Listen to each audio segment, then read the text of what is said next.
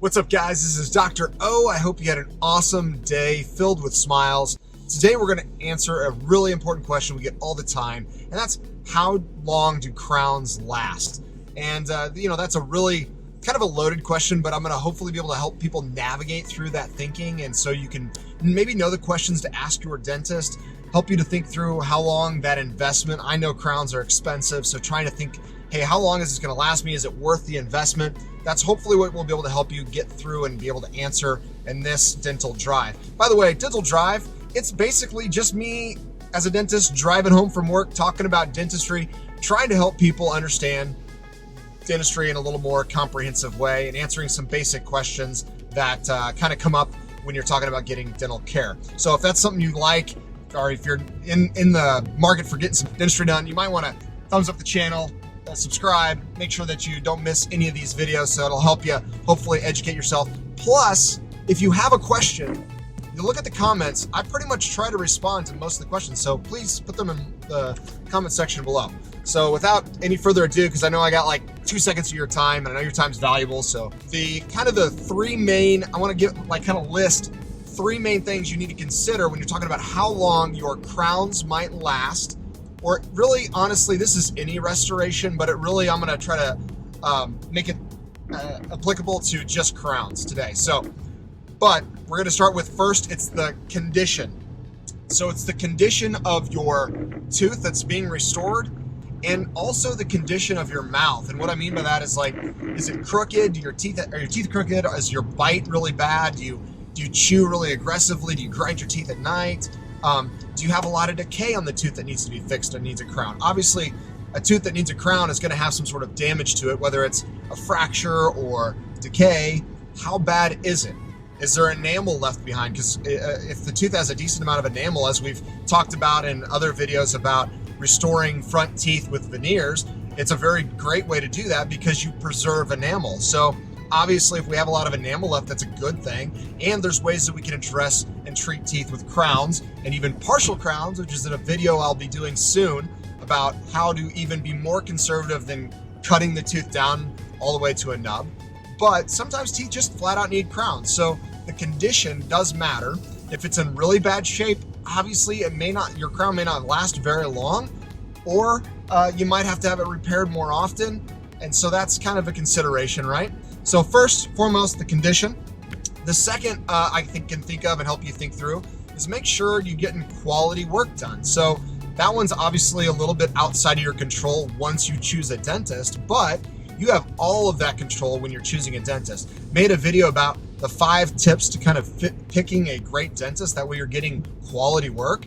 And there's a lot of variabilities when you're talking about dental work, right? There's going to be some people that use a very old method of treatment, and there's some people who use a very new or recent method of treatment. So those are all important things to consider when you're talking about getting dentistry. So what kind of material are they using? I've voiced my opinions a little bit about a material called Emax, which is my preference.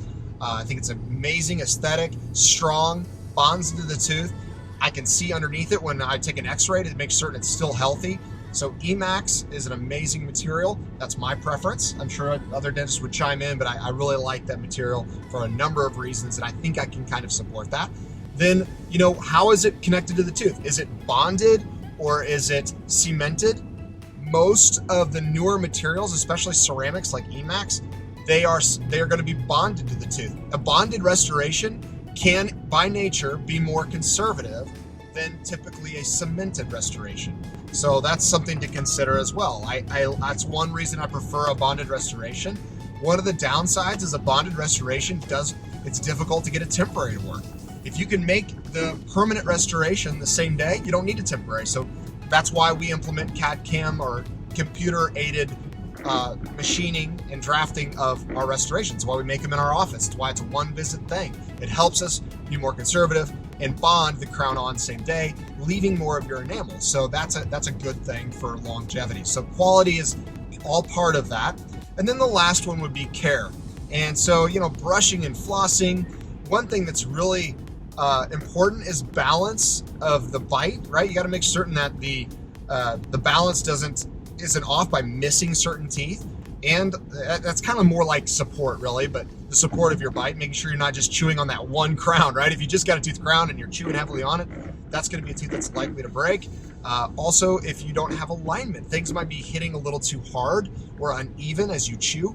So those are all factors. So once again, it's going to be the condition you entered into treatment with, so pre-treatment condition. Then it's going to be the quality of the dentistry you receive, which, man, you pick out a great dentist that knows what they're doing and stands behind their work and has a great reputation. That's one thing that's amazing about online reviews and getting to meet people hopefully through social media. You get to understand who they are and what they're about. You grasp a little bit more about the quality of the care they may provide. And then the last one being the care that you give it, along with making sure you get recare, right? In our office, we warranty the work we do because we want to make certain that we're doing the right thing doing right by our patients. And if we're choosing to do dentistry, we want it to last. So if it doesn't last, we're going to make it right. Obviously, we are careful to make sure we choose the right treatment, so that doesn't happen very often. We don't have to warranty stuff very often for that reason. So hopefully this is helpful. Now I'm going to get you into the numbers, because that's probably like, well, you didn't answer the question. You just gave us 3 factors. That's true, because it's a very difficult question to answer without knowing and considering and having experience with at least the preoperative or pre-treatment condition.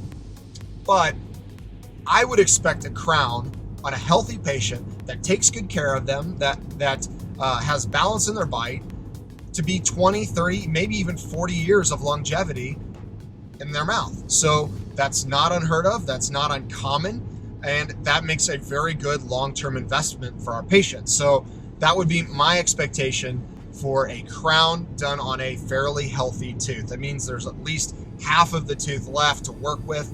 Now, once you get past that, it's going to be a lot of different variables. Is it fractured? Is there a root canal? Is the bite healthy? All these other things. But that's what I would expect. So, kind of on the minimum side of 20, 30, 40 even years on a really healthy person that brushes and flosses and takes great care and has great balance in their bite.